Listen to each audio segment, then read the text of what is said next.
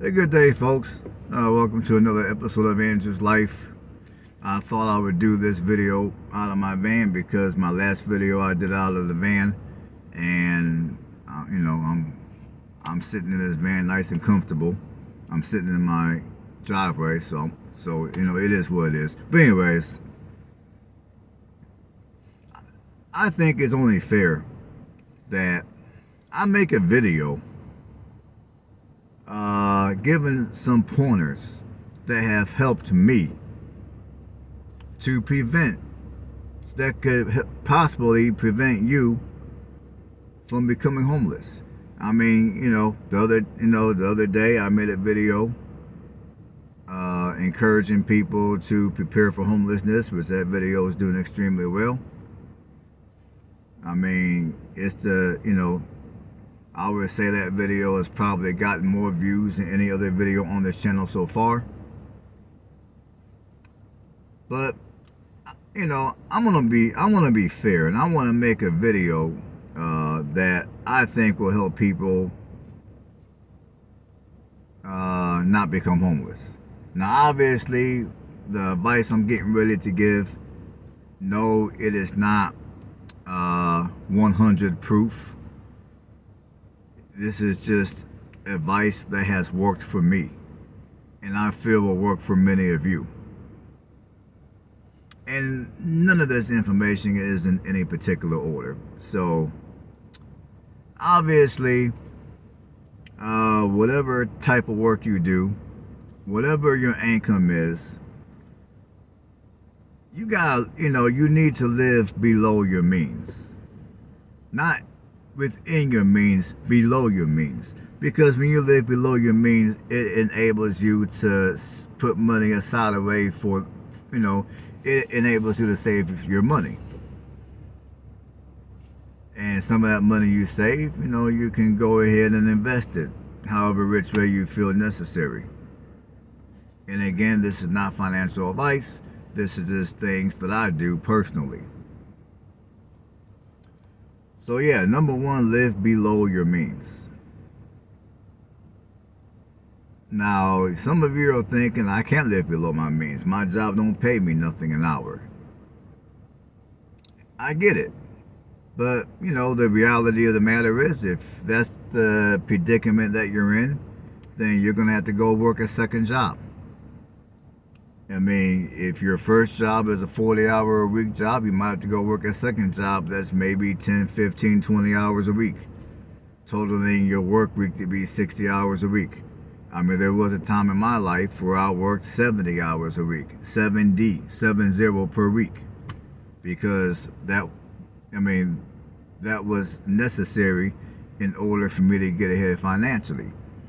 And there was a time that I even worked in the oil field. And I hated that work. I hated it with a passion, but I did it because the pay was on point. And the money I was making out there was enough to where I was able to not only get out of all my debt, but I was also able to purchase another house and pay cash.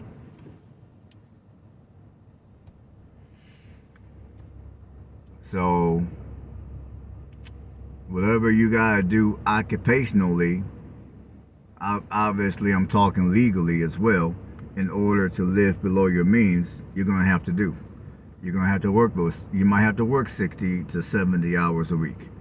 In fact, before I went to the oil field, I used to work 2 jobs totaling 65 hours a week roughly. And on top of that, I also used to donate plasma twice a week.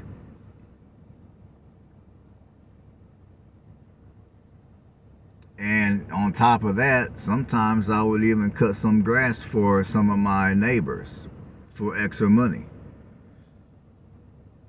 Because I was that determined to pay off my house at the time. Because I did not want to have a mortgage. I mean, at the time, I purchased a house in Anderson. I purchased it in 2015. And at the time I was like 35 years old.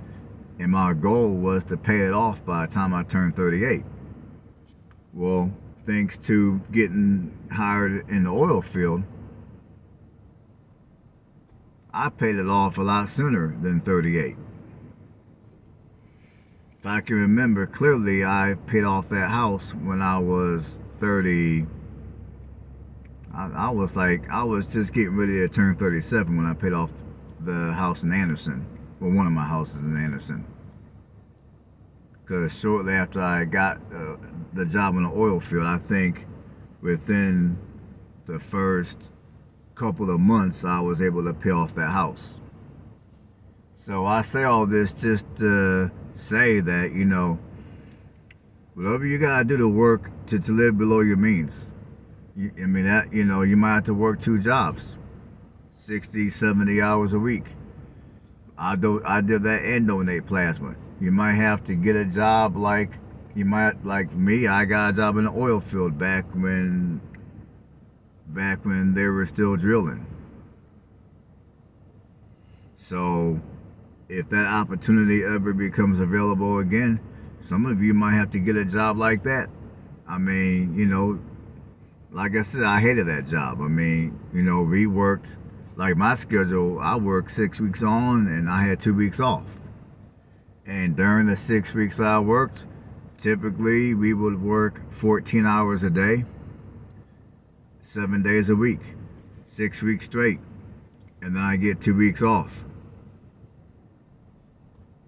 And I still don't know how the fuck I did it, but I just did it.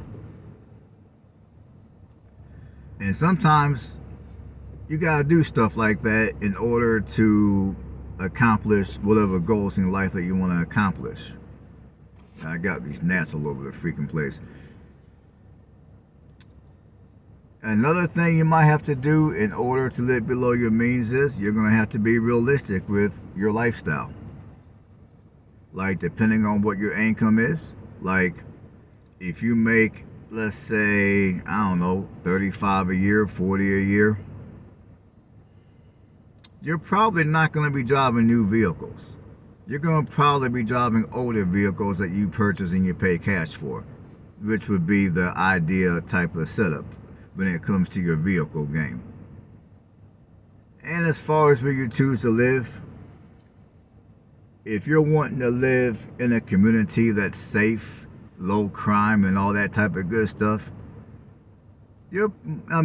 anymore, you're most likely not going to be living in a major city. You're most likely not going to be living in Houston, Texas, or Charlotte, North Carolina. You might have to live somewhere like in Indianapolis. You might have to live somewhere in a smaller city that might be 45 minutes to an hour from a major metro. And as far as your home is concerned, most likely you're not going to be living in some fancy upscale apartment. Or if you're wanting to purchase your home, most likely your home is not going to be nothing fancy. You're most likely not going to be living nowhere in the suburbs. Most likely your house is going to be under 1,000 square feet, and your lot size, depending on what region of the country you reside, is going to be no bigger than probably, I'll just say, 2/10 of an acre. So, in order to live below your means, you gotta be realistic with how you live your life. You gotta be realistic with your lifestyle. You can't worry about Instagram. You can't worry about trying to impress people that don't give a fuck about you. You gotta worry about you. Now, for those of you that got children or you got special circumstances that I'm not discussing, you'll have to work. I don't have no kids, so I can't really speak much on that. And whatever special circumstances you have, you're gonna have to figure that out on your own. I'm just talking general here. I'm just talking super general here. And when it comes to your clothes, You might have to you might have to be good with only buying new clothes twice a year. You might even have to be good with buying your clothes at Goodwill.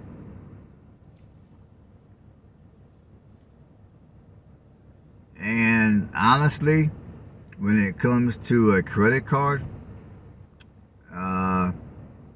honestly, I would encourage you to not have a credit card.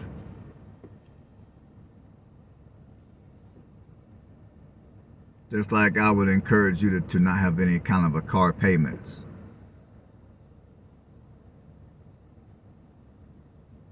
And obviously, if you're making, let's say, 35 to 40 some a year, for an example, obviously you're not going to have a lot of money left over after you pay your bills to do a whole bunch of impulsive buying. So you're going to want to bear that in mind too. And another thing that you're going to want to do in order to maintain a lifestyle that's below your means is you might have to take up some you might have to take on a new skill. You might have to learn some new skills so you can increase your income.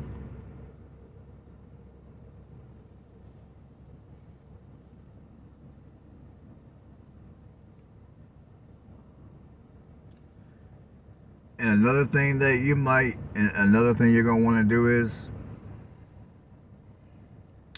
they say that you should save at least 15% of your income.